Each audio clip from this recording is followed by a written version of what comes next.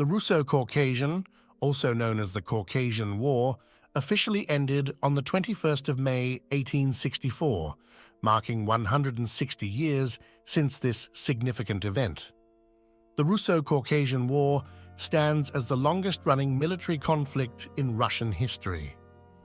The main players in the war were the Avars, Chechens, Circassians, Ubykhs, and Abkhazians, listed from east to west.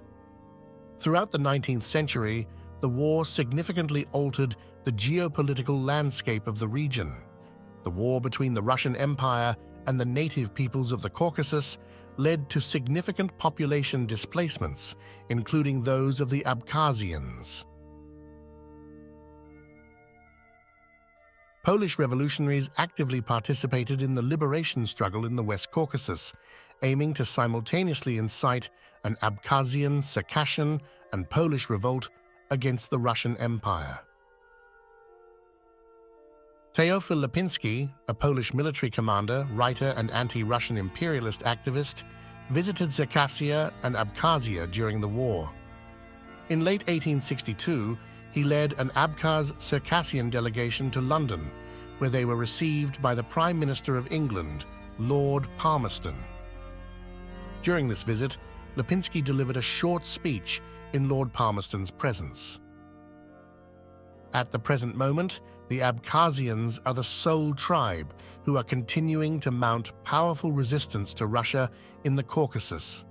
But even they have become exhausted under the weight of the unequal battle and can be expected to hold out in such conditions for at most another 3 years. Then, they will inevitably follow in the tracks of the other Caucasian tribes. They will move to Turkey. Europe ought, with a view to weakening the northern Colossus and keeping its armies somehow occupied in the south, when a serious blow is also struck from the opposing side, to support the valiant Abkhazians, forestall their banishment from their native soil, and thus save perhaps all the mountain peoples of the area. To whom, if not England, the principal naval power in the world, should this noble and strategic initiative belong in this case? Teofil Lipinski recounted this meeting with Lord Palmerston in his memoirs, which were published in Polish in the Gazeta Narodowa in 1878. The cantons of Akchipsy, Aibga, and Psku in northwest Abkhazia resisted Russian advances until 1864. This year marked the official end of Russo-Caucasian War and saw approximately 25,000 Abkhazians, primarily from the Sads, Akchipsy, Aibga, and Psku regions, forced to leave their homeland, leaving territories from Sochi to the Bzip River almost completely deserted.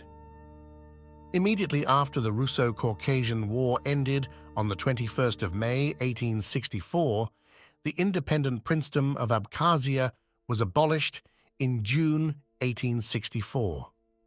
This led to the renaming of Abkhazia as the Sukhum Department under a military national government, the introduction of direct imperial administration, and the death of the last ruler of Abkhazia.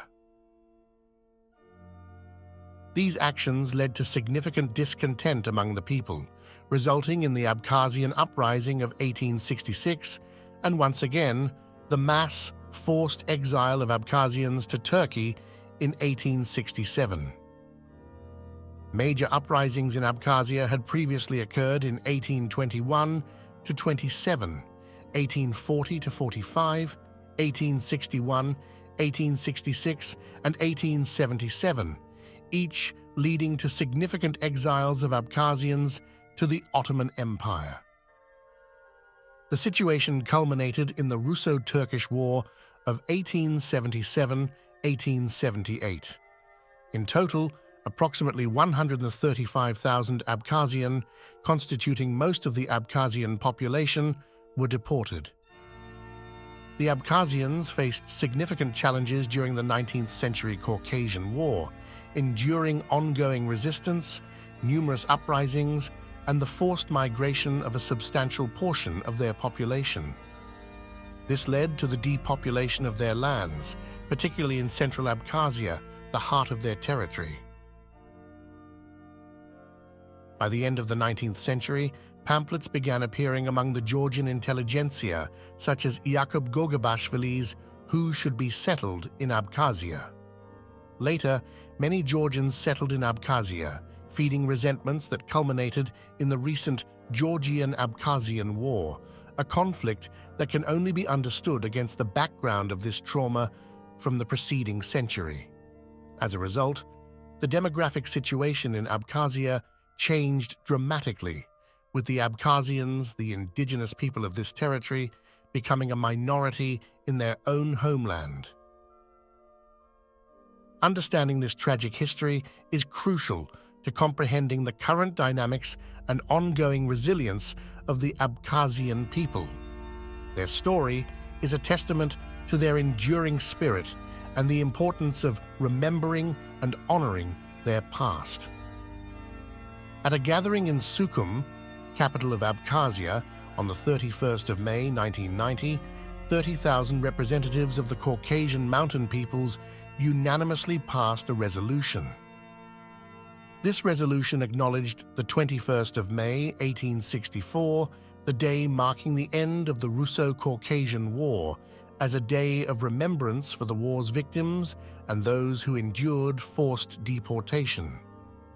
And on the 15th of October 1997, the Abkhazian parliament passed a resolution recognizing the 19th century deportation of the Abkhazian people to Ottoman lands as an egregious human rights violation and genocide.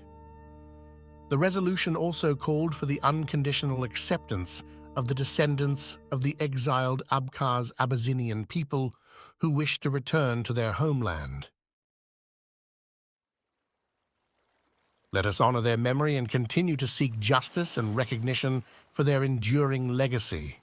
You can find the sources we used and more information on this topic on our website, abkhazworld.com.